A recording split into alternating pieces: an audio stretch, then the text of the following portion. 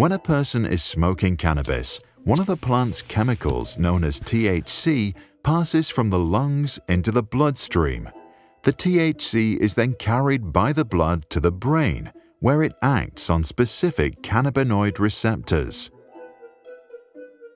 These receptors are found in areas of the brain associated with concentration, thinking, time perception, coordination, memory, and sensory pleasures. The effects of THC activation in these areas is responsible for the high that people feel. But besides creating an altered state of mind, something else happens.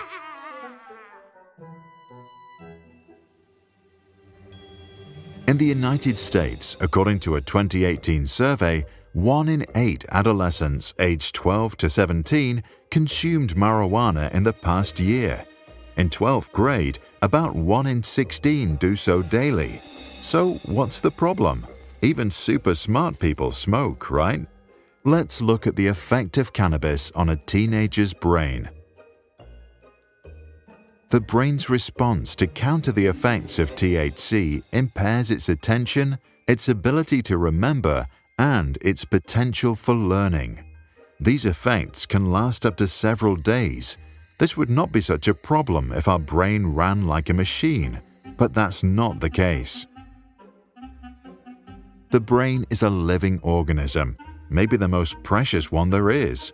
In teenagers, that organism is still immature. It takes about 25 years for the human brain to be fully developed. This is why when teenagers and adults argue, they often come to different conclusions. There is a biological reason for that. Adults have a fully developed prefrontal cortex, the part of the brain that is responsible for judgment and an awareness of long-term consequences. The cortex of teenagers is still growing.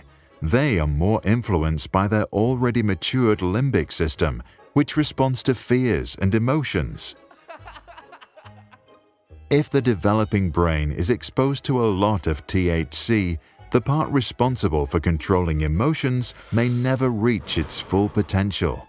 This can have long-term consequences and effects on one's measurable intelligence, learning, and judgment. One study that followed 13-year-olds for 25 years has found that those who regularly consume marijuana lose on average 5.8 IQ points by the time they reach adulthood. Since our average IQ is just 100, that is enough to shut the door to a good college or close the opportunity to work at a great company. But that's not all. There is also evidence that some teenagers that use cannabis are at higher risk of developing depression or even a psychosis. A psychosis changes the way the brain processes information and causes you to lose touch with reality. You can see and hear things that aren't real and may completely lose your mind. In short, the high of cannabis comes with a multitude of side effects. Some might be fun, some might be healing, and some are potentially horrible. We don't always know. If you want to live life with the ultimate learning machine inside your head, you might want to wait until your mind is fully developed before trying weed. What are your thoughts? Did you ever try cannabis as a teenager? And if so, do you think it did damage to your mind or not? Please share your experiences in the comments below.